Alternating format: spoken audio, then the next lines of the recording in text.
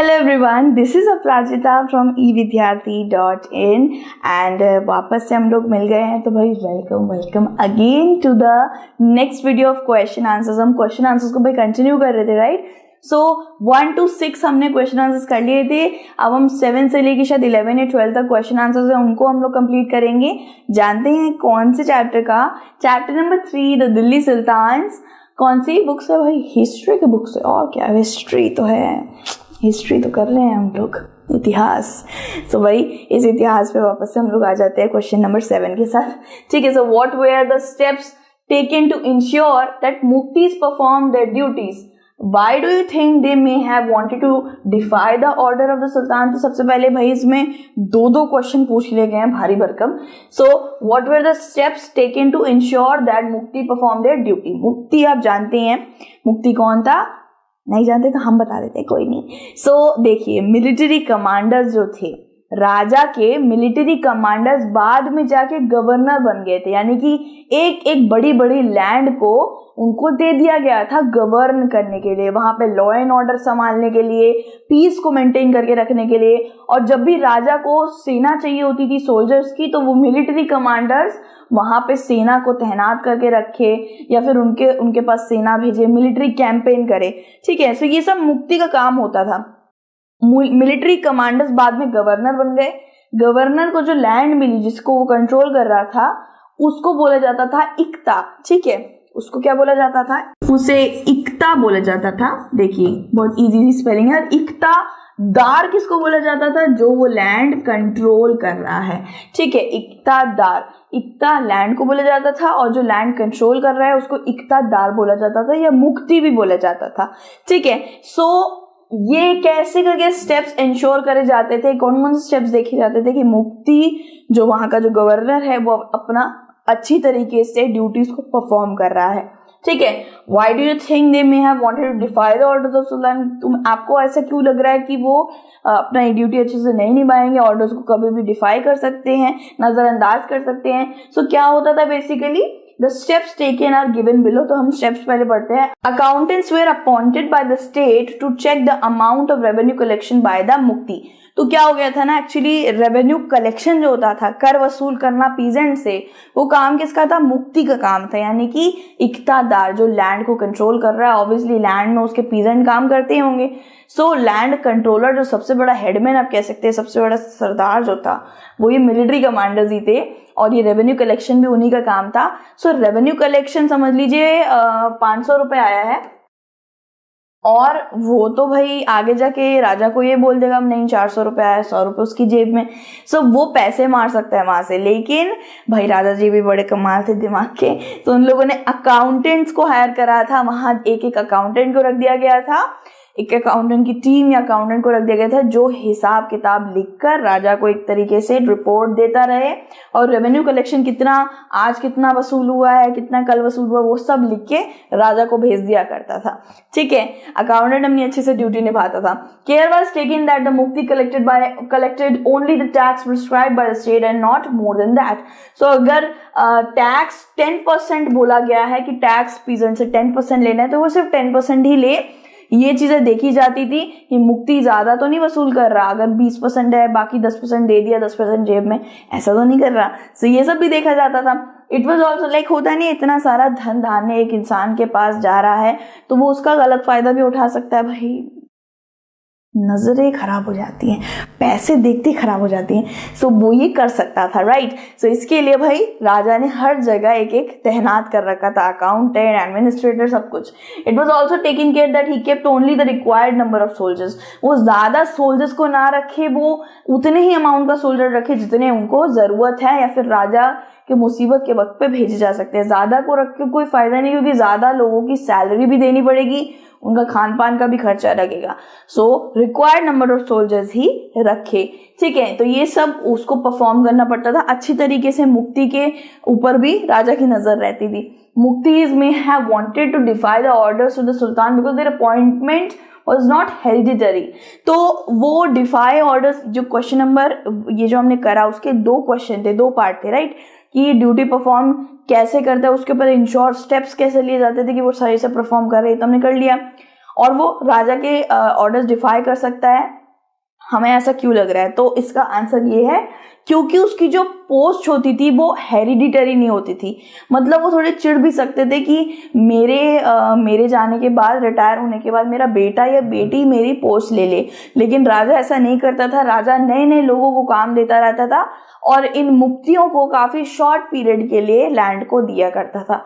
तो hereditary post नहीं थी और उस वक्त पे वो चिड़चिड़ाहट से या फिर थोड़ा बदले की आग से वो ऑर्डर डिफाई कर सकता था या सुल्तान से नाराज हो सकता था। Also their job was transferable, और उनकी जॉब बहुत बार ट्रांसफर हो जाती थी दूसरे लैंड से तीसरे लैंड ऐसे करके।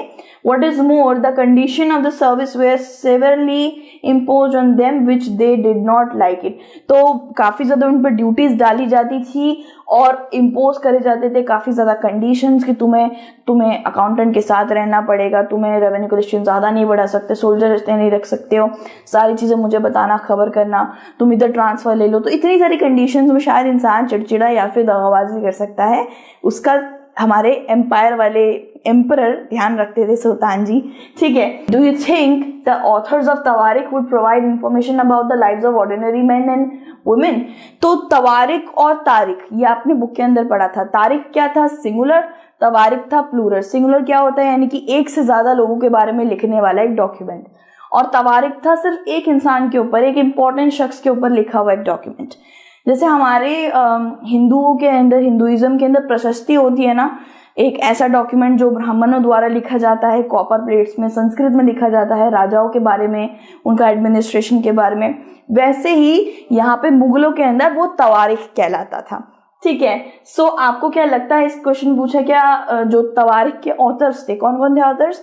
लर्न मैन, एडमिनिस्ट्रेटर्स, पोएट्स, ये सब उसके सेक्रेटरीज, ये सब उसके ऑथर्स थे।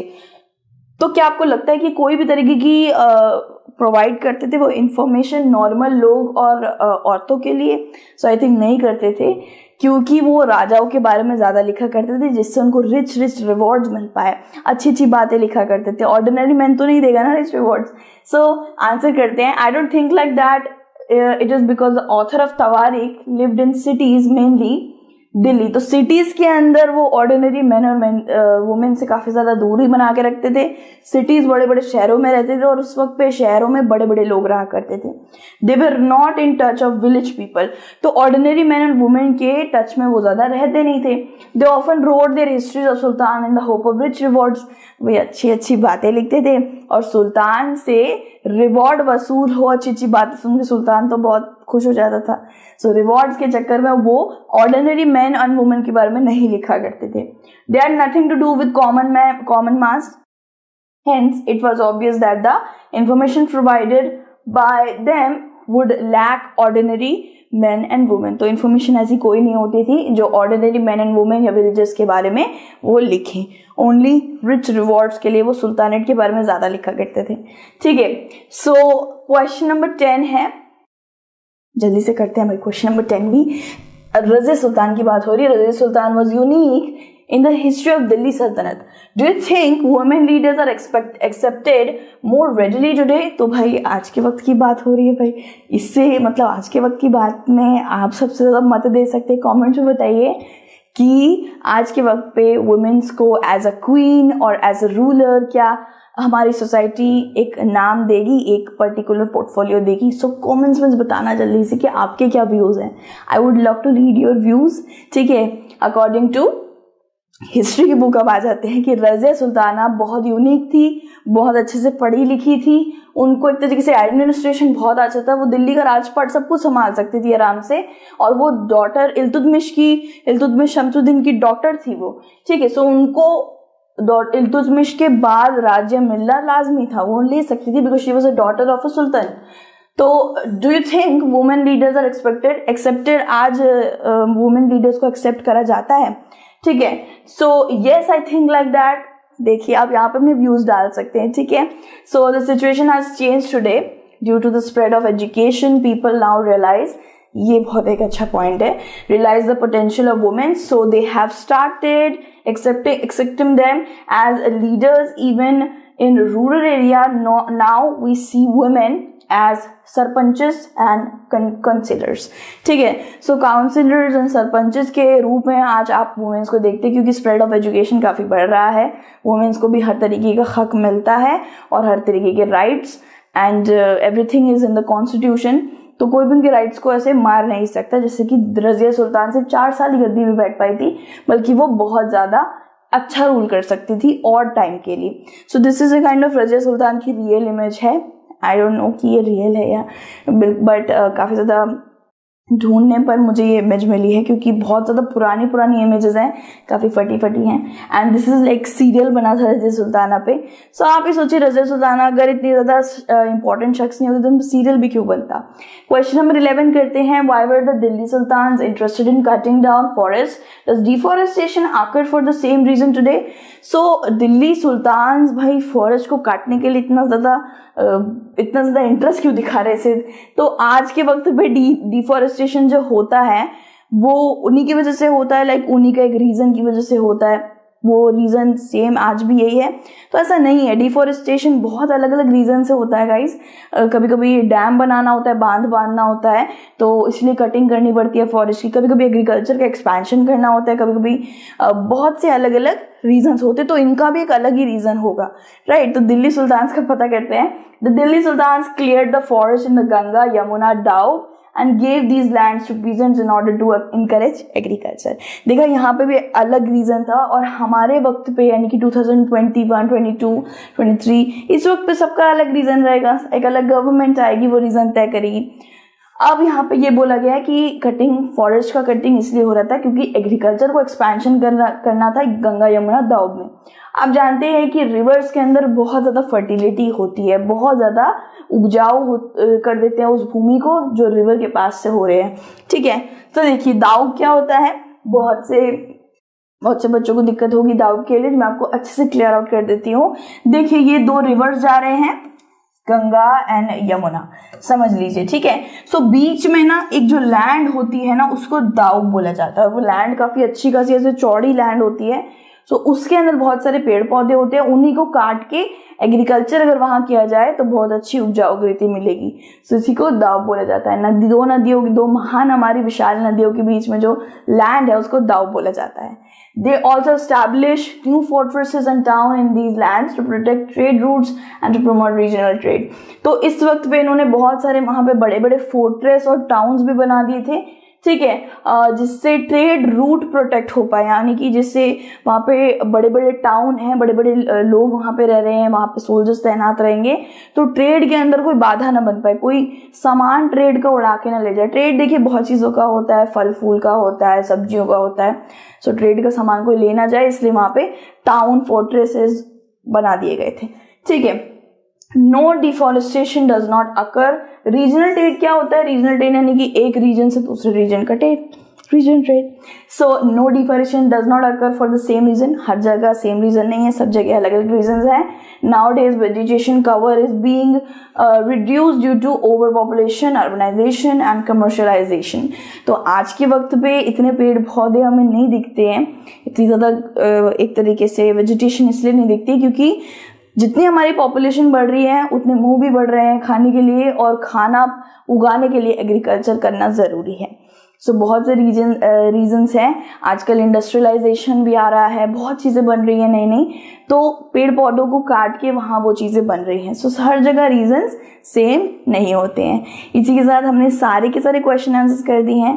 क्वेश्चन आंसर्स बनाने का उद्देश्य मेरा यही रहता है कि आपको हर एक क्वेश्चन अच्छे से समझ आए इस चैप्टर का, और जब भी मैं क्वेश्चन आंसर्स कराती हूँ ना गाइस, तब मैं अच्छे से उसकी डिटेल एक बैक हिस्ट्री बताती हूँ उस क्वेश्चन की, जिससे आपको काफ़ी ज़्यादा आइडिया मिल जाए। आपको आधा चैप्टर तो मैंने यहीं पढ़ा दिया इस तरीके से, है ना। और साथ ही साथ आप अच्छे से लाइक जब भी एग्जाम में बैठे तो आप अच्छे से क्वेश्चंस को लिख पाए, क्योंकि आपने क्वेश्चन आंसर्स को प्रिपेयर करा है मेरे साथ। ठीक है, सो एंड अब ये भी कर सकते हैं कि वीडियो को पॉज कर सकते हैं, मेरा क्वेश्चन का आंसर सुनिए, पहले अपना दे दीजिए आंसर, एक लिख लीजिए, उसके बाद मेरा आंसर देखिए, तो आपको पता चलेगा कि आप कितने प्रिपेयर हैं। ठीक है, सो बहुत से पैंतरे हैं, तुम लोग स्मार्ट हो यार, मेरे से कहीं ज़्यादा स्मार्ट हो। ठीक है, सो फिर से मिलते हैं अनदर चैप्टर या क्वेश्चन आंसर्स में। भाई मुलाकात होती रहती है, कोई बोलने की बात है, तो अपना ध्यान रखना गाइज, और टेक केयर, बाय चुनमुनू।